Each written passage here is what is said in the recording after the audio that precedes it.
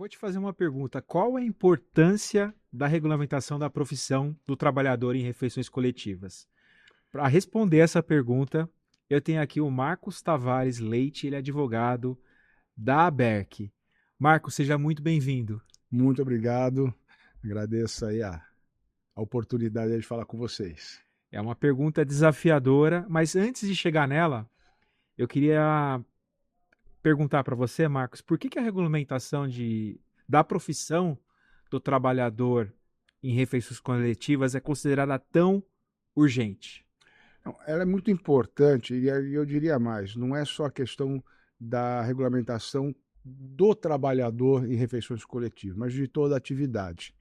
Vou dar um exemplo porque de toda a atividade. A gente viu na reforma tributária, inclusive foi objeto de um painel aqui nesse congresso aqui também, que pouco se conhece efetivamente o que é o trabalho das empresas de refeições coletivas e as particularidades também do trabalhador na empresa de refeições coletivas. Então a gente teve que explicar para o pessoal da Receita Federal, para o pessoal do Congresso Nacional, da Câmara dos Deputados, senadores, essas particularidades, como nós somos diferentes, enquanto refeição coletiva, do restaurante, vamos dizer assim, o aberto ao público, o restaurante comum que é aberto ao público.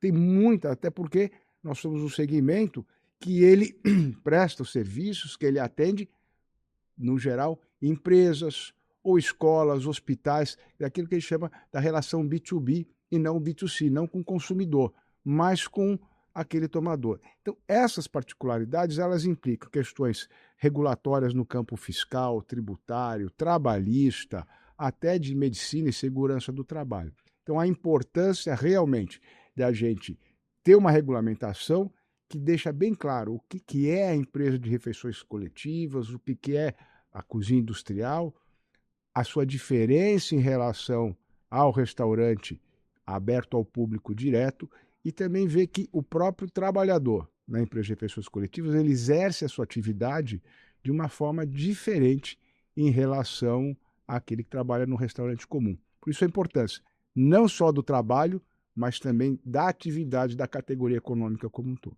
É uma pergunta também que é uma dúvida muito recorrente, é que de que forma essa regulamentação ela pode influenciar na gestão das empresas de refeições coletivas? Então, a pergunta ela é oportuna e, de novo, a gente tem que olhar as duas pontas, o lado da empresa e o lado do trabalhador. Como a gente sabe, existem inclusive sindicatos, né, que representam os trabalhadores em empresas de refeições coletivas, assim como há o sindicato das empresas de refeições coletivas, e aí, nesse sentido, dadas as datas bases, os locais onde eles atendem, eles vão tratar as suas especificidades também. Então, tem que tomar o cuidado na legislação, se colocar uma legislação nacional que crie obrigações ou direitos sem olhar a especificidade local, as necessidades do trabalhador regionalmente e as situações particulares daquele ambiente. Mas, voltando aqui até na questão, a gente tem que ter ela através de uma norma, quando a gente fala de regulamentação, nós estamos falando de lei federal, então aplica-se a todos. Mas eu entendo que ela deveria ser uma legislação curta, objetiva, simplesmente mostrando quais são essas características que vão diferenciar aquele trabalhador na empresa de refeições coletivas ou a empresa que exerce a atividade. Essa diferenciação. Aí vai ter um código tributário próprio, vai ter uma atividade, um código lá do CNAE específico, e aí você vai poder saber. O que acontece hoje é que muitas empresas até ficam na dúvida. Qual a norma trabalhista que eu devo seguir? É a de refeições coletivas ou o meu tem uma atividade híbrida? Vou dar um exemplo para você e que a gente, que o SINDERC, a ABERC, a FENERC também representam ali. O trabalho embarcado, aquele trabalhador que trabalha em plataformas de petróleo. O trabalho ali vai além até da questão da refeição coletiva. Tem um trabalho que podemos chamar assim de hotelaria, mas muito específico, que não tem nada a ver com hotel de turismo. Então, até nessa visão, às vezes a empresa não sabe exatamente a que sindicato recorrer. E o próprio trabalhador fica com essa dúvida. Então, a regulamentação disso vai permitir, vai levar segurança jurídica ao trabalhador e para as empresas. E falando um pouquinho dos principais desafios, né, para aprovação dessa regulamentação no Congresso, como que você visualiza tudo isso? Bom, são os desafios de qualquer lei, né? E as polêmicas que a gente tem que enfrentar. Ela tem que ser boa para todos, né? E para que ela realmente seja efetiva e seja aplicada. Então, além da questão, vamos dizer, procedimental, regulamentar, da tramitação toda no Congresso, muitas influências podem surgir. Então, por isso que eu coloco, a legislação tem que ser uma legislação objetiva. Não adianta querer regulamentar, o cara trazer detalhes de cada tipo de atividade, de cada questão, porque senão, de novo, você enfraquece até a negociação entre as empresas, entre entidades sindicais, patronais ou de trabalhadores, vendo a particularidade, seja no local de trabalho das próprias empresas, ou seja, regionalmente. Então não pode amarrar muito. A gente tem uma dinâmica muito grande hoje, tanto em matéria legislativa, nas relações de capital-trabalho, como na questão de tecnologia. Então, vamos colocar aqui alguns exemplos aleatórios, só para a gente ver. Se eu coloco ali, sou obrigado a ter tantos empregados por refeições fornecidas. Bom, mas a gente tem uma dinâmica, você pode, com isso, inclusive, diminuir o incentivo numa inovação, numa melhor segurança e ver outras coisas. Vamos estipular um direito a questão de adicionais de insalubridade ou periculosidade, vamos presumir que é tal valor. Bom, mas com isso você não necessariamente está aferindo se aquele trabalhador está numa condição insalubre ou de perigo. A gente tem que dar o direito a quem tem realmente está numa condição de receber aquele direito.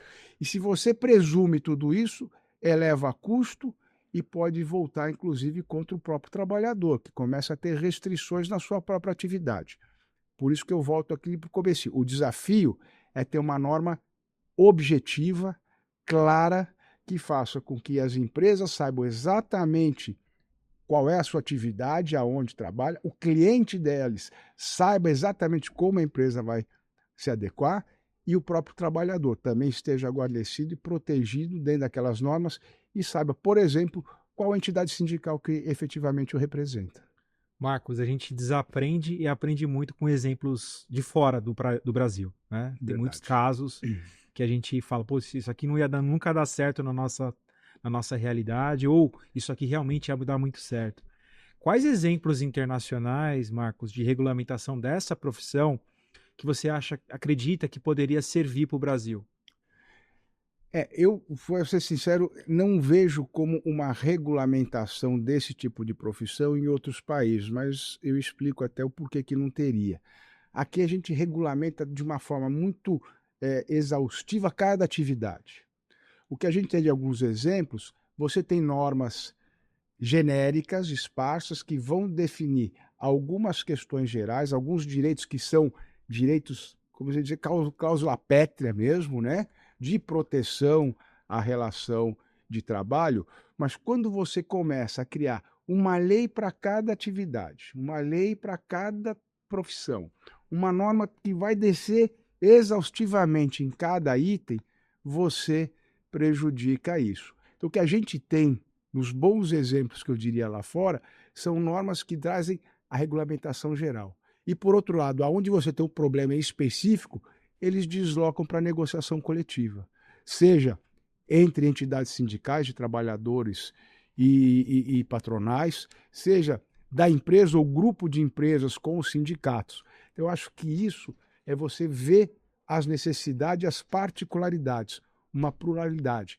E você vai ver entidades, associações, entidades sindicais que vão trabalhar realmente pelo seu representado. Então vão estar ali aquelas que representam os interesses das suas categorias.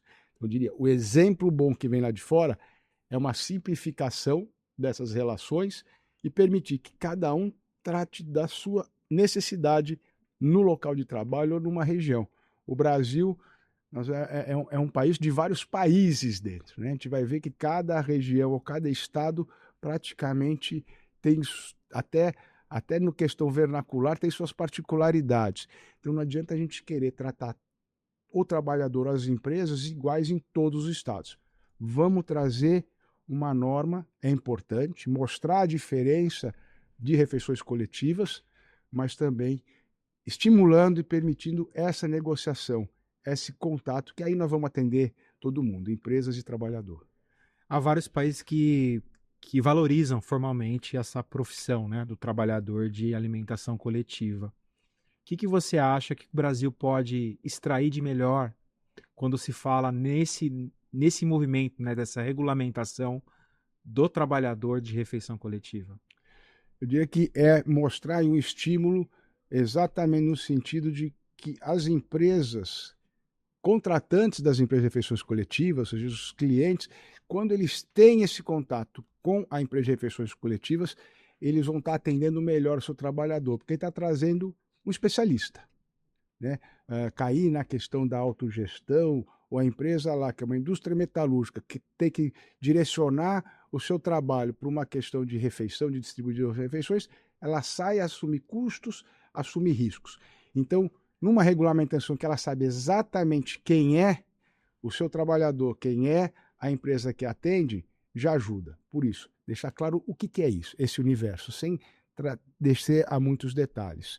Ao lado disso, isso foi um trabalho que a Berk, inclusive, fez na questão da reforma tributária, é mostrar que a refeição ao trabalhador dentro da empresa, ele é um insumo, né? Ele é insumo para aquele trabalho. É fundamental que todos tenham uma alimentação adequada, feito por profissionais, com acompanhamento nutricional, e, portanto, sendo insumo, ela vai ter crédito tributário, ela vai transferir um crédito tributário à empresa, que vai tomar isso quando a reforma tributária estiver aí totalmente em vigor. Mas a empresa que fornece refeições para os seus trabalhadores, aquilo é tido como um insumo, e o preço que ela paga, portanto, ela apropria crédito tributário. Isso é um estímulo também, já é um caminho que nós estamos traçando. Então, eu diria, essa questão do bom tratamento fiscal, tributário, segurança jurídica e aprimoramento nas relações de trabalho. Mas relações de trabalho entre aqueles que são efetivamente do setor. Marcos, muitíssimo obrigado por participar aqui com a gente no Habercast. Eu que agradeço a oportunidade e estou sempre à disposição. Foi uma honra te receber aqui, Marcos. Se você acompanhou e gostou desse episódio, curta, compartilha, comenta também aqui se você tem alguma dúvida sobre essa questão da regulamentação. E também a gente está com o canal do Habercast com vários episódios, com uma variedade de temas incríveis que você pode chegar lá e conferir e aprender um pouco mais sobre todo o universo do segmento de refeições coletivas. Então confere lá e a gente se vê no próximo episódio.